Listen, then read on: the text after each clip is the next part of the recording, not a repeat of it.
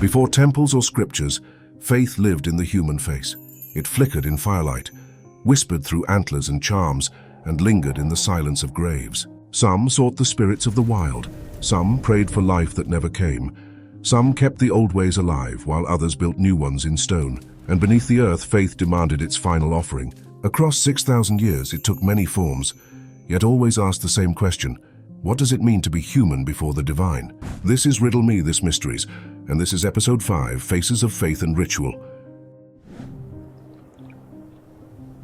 5.5 millennia before the first farms reached Scandinavia, the people of Skateholm lived between forest and sea. They buried their dead along the shore, men, women, even dogs, each laid carefully in red ochre. But one grave broke the pattern. Inside it, a woman sat upright.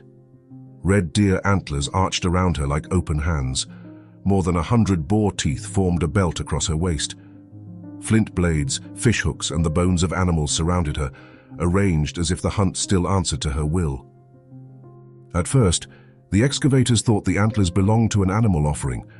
Only when the ochre-stained soil fell away did they see the curve of a human skull between them, seated, watching. The bones had held their shape for 7,000 years, locked in silence beneath the Baltic wind. Archaeologists uncovered the burial in the 1980s, near the southern coast of Sweden. They found no wound, no cause of death, only a posture that defied the stillness of others. Why was she seated when all the rest lay flat? What power demanded that she face the living even in death? Her belongings spoke before her face returned. Each object was deliberate: antlers for strength, tusks for courage, ochre for the crossing between worlds. She was not buried as a hunter, but as someone the hunters obeyed. And at last her face emerges from the earth once more, calm, weathered, lit by the kind of authority that needs no words. She looks not beyond the living, but through them, as if the world around her still listens. A faith without scripture, a ritual without temple, only the proof that belief already had a face. And far to the west, centuries later, that faith would learn the shape of loss.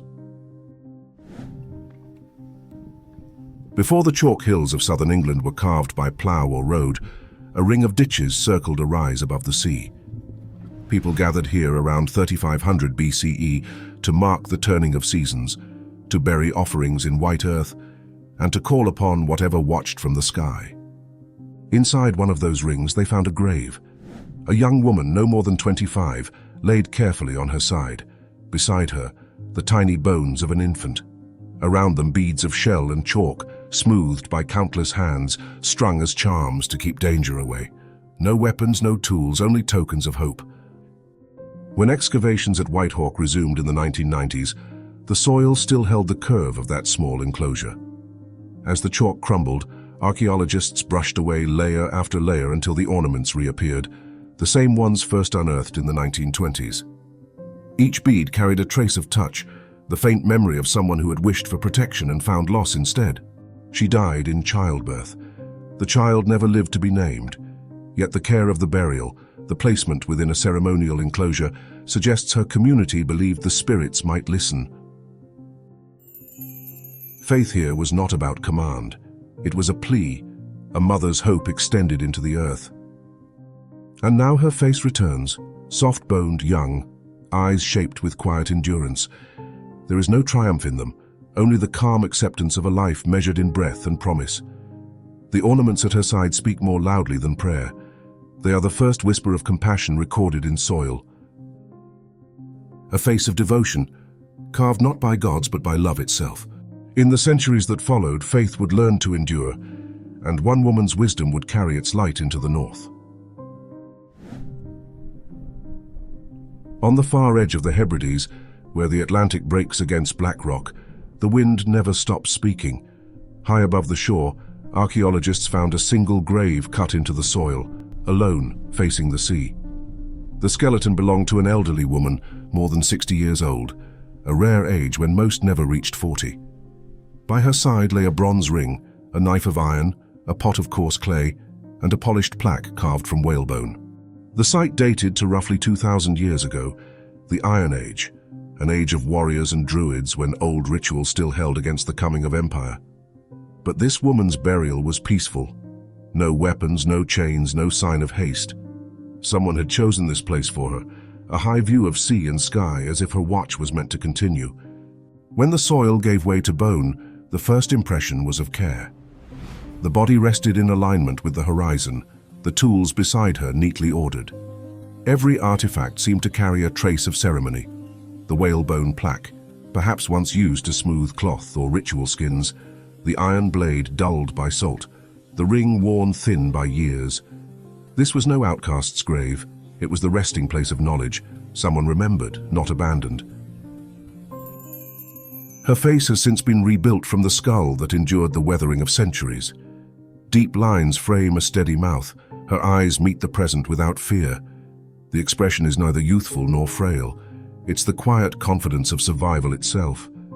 She looks like a person who once listened more than she spoke, who carried the old songs long after others forgot the words. Faith, by her time, had become endurance, a memory preserved in living hands.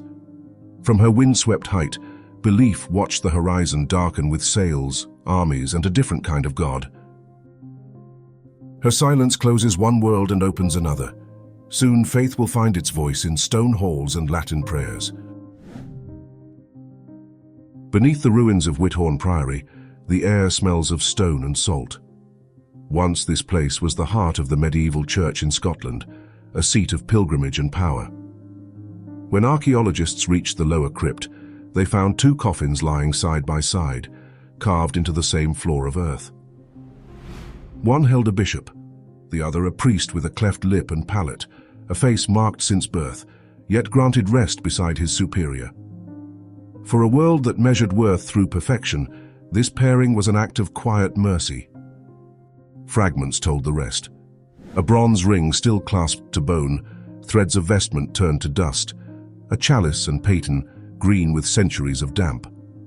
The bishop's staff, broken at the base, rested where his hand would have been.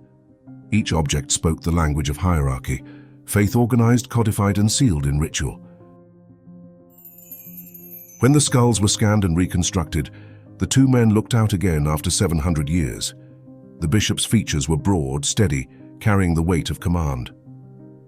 The priest's face was gentle, the cleft reshaping his smile into something unguarded.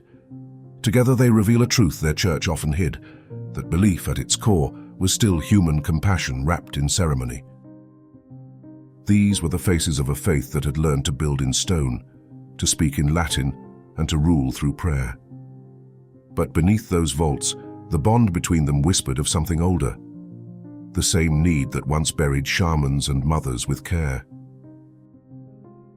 The world of cathedrals would rise and fall, yet faith would keep searching for the living among the dead. Far from these vaulted halls, another grave waited, one carved not by masons, but by grief itself. The light barely reached this far down.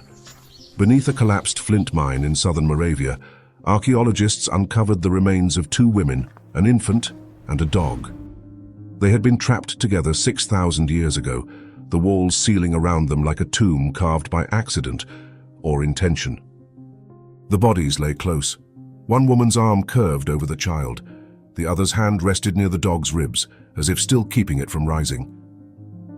Ochre dust clung to the bones, and small bone beads marked where necklaces had fallen apart. There were fractures, signs of struggle, but the arrangement told another story, of protection, not abandonment. No one can say who they were. Sisters, perhaps, or simply women bound by the work and danger of the mine. The dog might have guarded. The baby might have cried once before the silence came. What's certain is that someone placed them together with care, turning disaster into remembrance. When their faces were rebuilt, they seemed to mirror one another, one older, lines drawn deep by age, the other young, eyes open in wonder or fear. Set side by side, they look almost like reflection and echo, past and future meeting in a single grave. There are no temples here, no prayers left to speak, only faces that remind us what belief first looked like, the will to keep one another from vanishing. Across 7 millennia of belief, 5 faces return, From the shaman seated among antlers on the shores of the Baltic, to the young mother laid to rest within England's sacred chalk, from the druid whose wisdom weathered the Atlantic winds, to the bishop and priest beneath the stones of Whithorn, and the sisters who kept each other from vanishing in the dark. Each lived in a world that tried to name the divine, and each carried it in their own way, through power, through grief, through endurance, through devotion and through love. Faith changes, but the faces remain. They remind us that long before prayers were written, belief already had a human form. Still watching, still remembered, still looking back.